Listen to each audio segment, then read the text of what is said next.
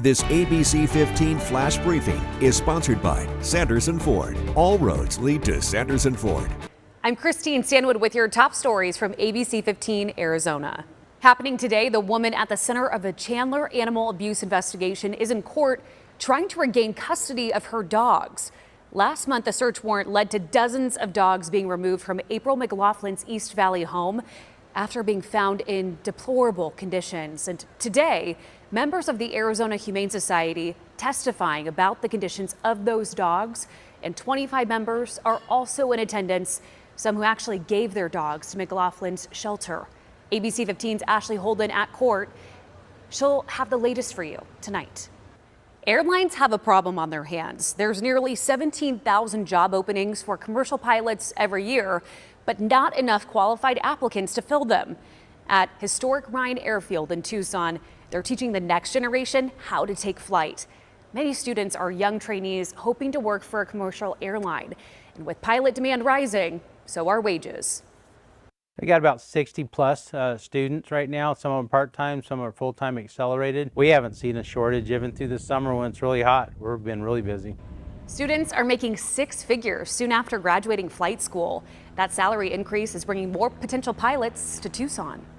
These images are scary and heartbreaking. Violence continues in Israel and Gaza, and it can feel overwhelming for kids. So what's the best way to talk to them about what's going on? Experts say for young children who haven't been exposed to accounts of this violence, there's no need to talk to them. But for older kids, they say to be proactive. Do not wait for them to come to you. Talk to them. It's okay to not have answers to their questions. Really, that's not what they need. Kids don't need a script. They need you to be in it with them and let them know they're not alone in it. So experts say to let them guide the conversation based on what's on their minds, then listen and offer ways to cope. New Tuesday, more legal problems for TikTok. The social media giant officially facing a lawsuit from the state of Utah. The state's attorney general claims that TikTok misled public officials about its in-app safety measures.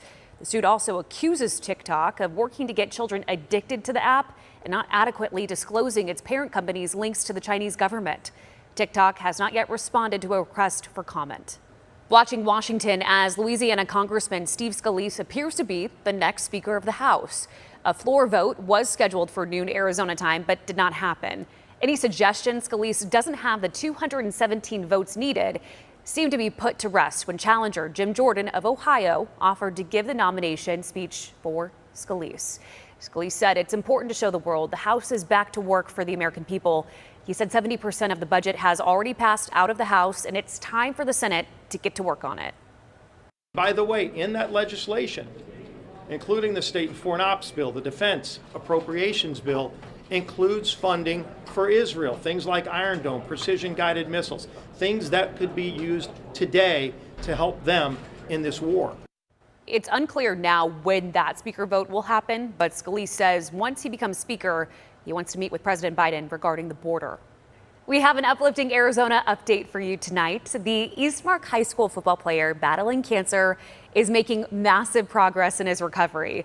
Today, his family posted he's getting his port removed. It's currently attached to his chest to get chemo treatments. This is just one step closer for Kevin Winigar to play this season. We'll find out Monday if he's cleared to take the field. From all of us at ABC 15, we are always cheering you on, Kevin.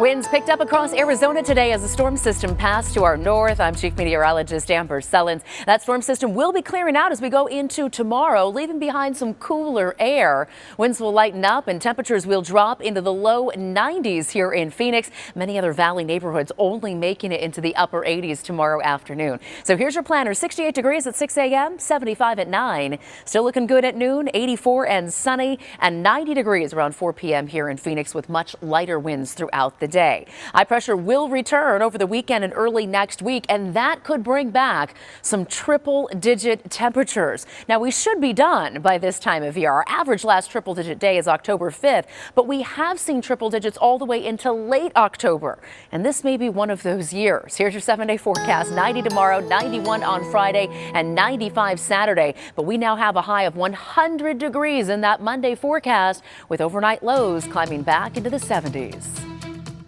This ABC15 flash briefing is sponsored by Sanderson Ford. All roads lead to Sanderson Ford.